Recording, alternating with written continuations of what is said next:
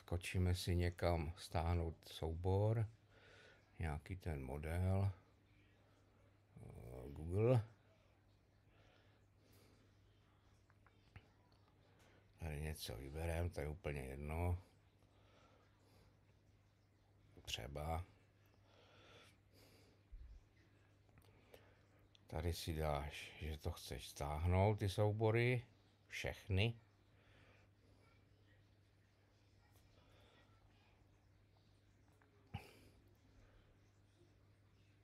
A vytvoříme si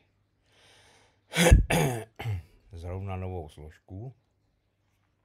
A ji pojmenuju zkouška, nebo já nevím nějaký, co to je, stojan.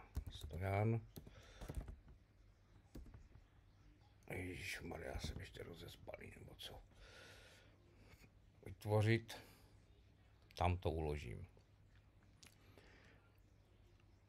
Tím pádem tu jsme hotoví. Otevřu si tu složku, kde jsem to uložil. Tady ve Finderu.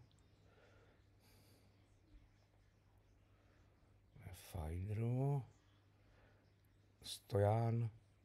Ten stojan rozbalím. A mám tady STL.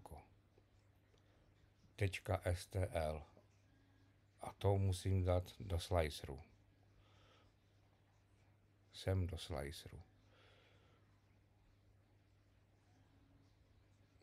Já ho teď zavřu. Toto všechno zahodíme, tak. No. Já mám ten průšácký slicer tady někde. Tady. Šup.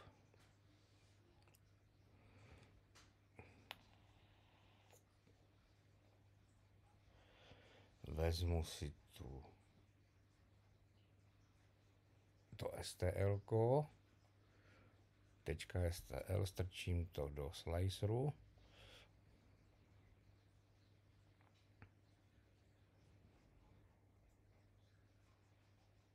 V metrech.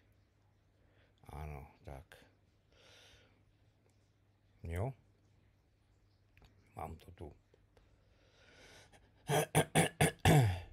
Teď si tady zjistím, nebo určím, jakou kvalitu. Doporučuji 0,2 kvalita.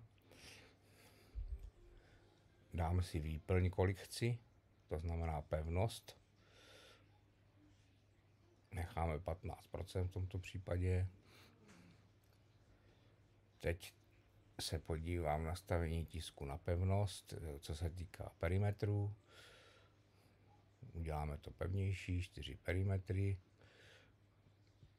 Vrátím se na podložku.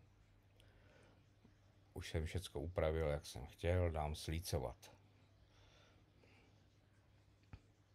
Tady si ještě můžeš podívat, jak ti to bude tisknout.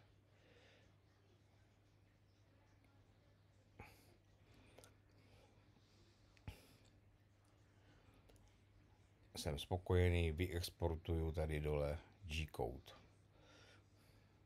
Dám ho samozřejmě do té složky stojan, nebo jak jsem to pojmenoval, to už nevím.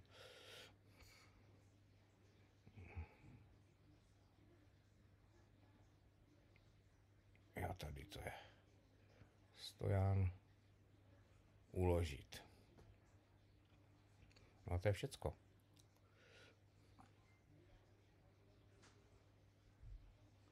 Teď v tom stojanu tady budu mít G-code, toto je on.